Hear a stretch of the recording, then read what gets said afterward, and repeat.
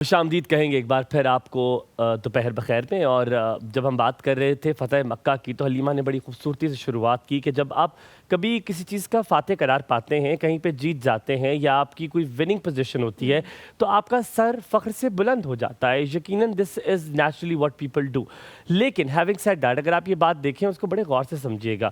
سوچئے ایک انسان جس کے ساتھ ایک ہی جگہ پر بہت ظلم ہوا ہو, اور اتنا ظلم ہوا ہو کہ انہیں مجبوراً اس مکہ کو چھوڑ جانا پڑا. جیسے حلیمہ نے آپ کو بتایا کہ انہوں نے کہا کہ مکہ جو ہے, انہوں نے کہا کہ مجھے تجھ سے بڑا پیار ہے, مفہوم بیان کر رہا ہوں, لیکن یہ مجھے یہاں کے لوگ رہنے نہیں دیتے. یعنی کہ ان لوگوں میں دوبارہ آپ فتح ہو کر آئے, مطلب آپ نے جیت حاصل کی, تو رویہ کیا ہونا چاہیے تھا؟ یقیناً آپ ان کو سب کو کھڑا کرتے اور سزا کے حقدار تھے وہ, لیکن آپ کھڑے ہوئے اور آپ نے کہا کہ میں تم سب کو معاف کرتا ہوں. معافی کتنا بڑا عمل ہے کہ آپ خود سوچیں, جہاں پر آپ سب ایکسپیکٹ کر رہے ہوں کہ اب سزا ملے گی, اب ہم کٹہرے میں کھڑے ہوں گے, اور وہاں پر آپ کو کہہ دے کہ میں آپ کو معاف کرتا ہوں, تو اس انسان کا حسن سلوک کس مقام پر ہوگا. نہ کہ صرف یہ, اگر آپ صرف یہ دیکھیں کہ آپ صلی اللہ علیہ وآلہ وسلم نے کہا کہ جو ابو سفیان کے گھر میں داخل ہو گیا میں نے اسے امان مل گئی. کوئی اپنے گھر میں داخل ہو گیا اور دروازہ بند کر لیا, اسے بھی امان مل گئی. جو مسجد حرم میں داخل ہو گیا اس کو بھی امان مل گئی. اس کا مطلب کیا ہے کہ خون خرابہ ہمارے دین کا کبھی حصہ رہا ہی نہیں.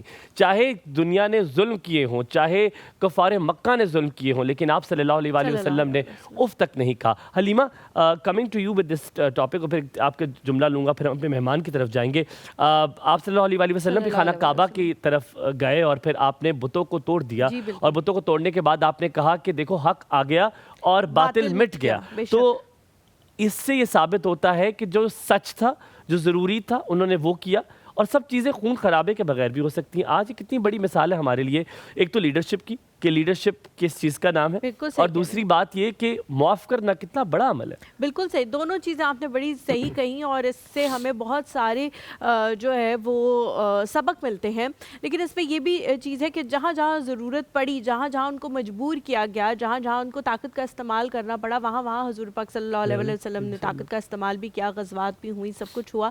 لیکن جہاں وہ اتنی طاقت میں آ گئے کہ اب سب ان سے نیچے تھے, اب وہ جس کو چاہتے کرش کرتے, سپریس کرتے, جس کو چاہتے سزا دیتے, وہاں پہ انہوں نے معاف کرنے کو جو ہے وہ پسند کیا. جس طرح ہمایوں نے آپ سب کو بتایا کہ حضور پاک صلی اللہ علیہ وسلم نے اس طرح سے معاف کیا کہ کسی کی عزت نفس بھی مجروح نہ ہو, کہ آپ اپنے گھر کا دروازہ بند کر لیں تب بھی آپ کو معافی مل جائے گی. ایسا کسی کو یہ نہیں کہا کہ آؤ مجھ سے معافی مانگو تب میں تمہیں معاف کروں. اور یہ بھی نہیں کہا کہ جیسے کچھ لوگوں نے بہت زیادہ زیادتی کی ہوتی ہے, آپ کہتے ہیں کہ حالانکہ تم نے ہی بڑی زیادتی کے لیے میں تمہیں معاف کر دیا.